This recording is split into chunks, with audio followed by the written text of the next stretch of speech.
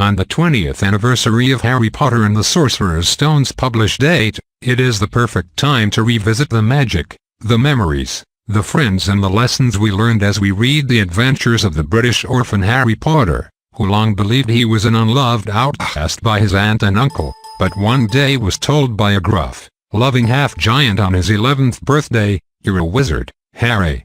From that moment on, Harry's life completely changed, and so did that of J.K. Rowling's readers, as we grew up with Harry, his best friends Ron Weasley and Hermoine Granger, and his beloved teachers at Hogwarts School of Witchcraft and Wizardry.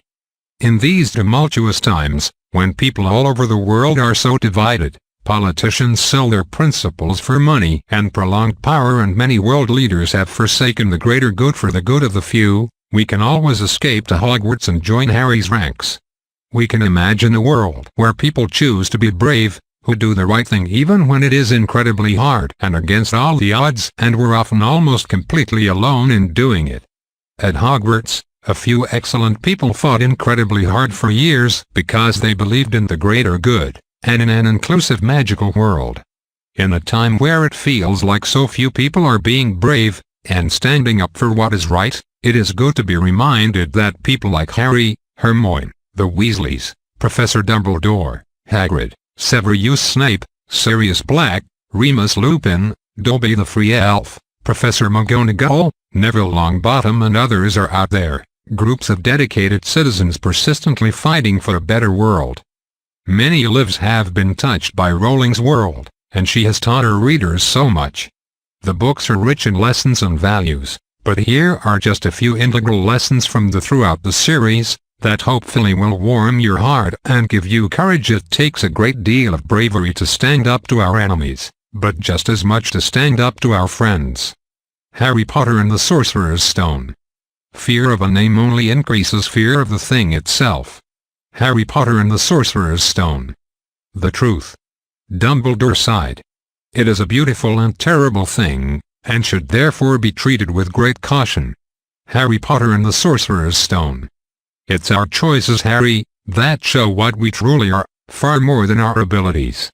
Harry Potter and the Chamber of Secrets. Because thought's what Hermione does, said Ron, shrugging. When in doubt, go to the library. Harry Potter and the Chamber of Secrets. Which only goes to show that the best of us must sometimes eat our words, Dumbledore went on, smiling. Harry Potter and the Chamber of Secrets. But you know, happiness can be found even in the darkest of times, if one only remembers to turn on the light. Harry Potter and the Prisoner of Azkaban. Don't let the Muggles get you down. Harry Potter and the Prisoner of Azkaban. Besides, the world isn't split into good people and Death Eaters. We all got both light and dark inside us. What matters is the part we choose to act on. Thoughts we really are. Harry Potter and the Prisoner of Azkaban. If you want to know what a man's like, take a good look at how he treats his inferiors, not his equals. Harry Potter and the Goblet of Fire. Dark and difficult times lie ahead. Soon we must all face the choice between what is right and what is easy. Harry Potter and the Goblet of Fire. It matters not what someone is born, but what they grow to be. Harry Potter and the Goblet of Fire. Numbing the pain for a while will only make it worse when you finally feel it. Harry Potter and the Goblet of Fire. Differences of habit and language are nothing at all if our aims are identical and our hearts are open. Harry Potter and the Goblet of Fire. Indifference and neglect often do much more damage than outright dislike. Harry Potter and the Order of the Phoenix. According to Madame Pomfrey, thoughts could leave deeper scars than almost anything else. Harry Potter and the Order of the Phoenix.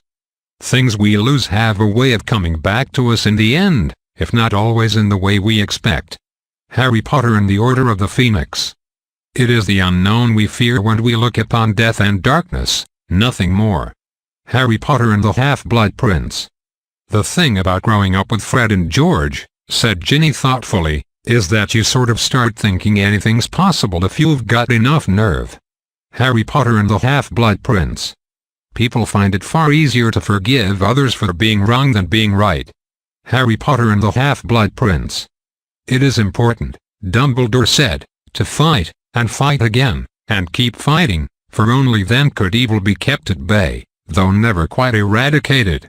Harry Potter and the Half-Blood Prince. I'm going to keep going until I succeed or die. Don't think I don't know how this might end. I've known it for years. Harry Potter and the Deathly Hallows.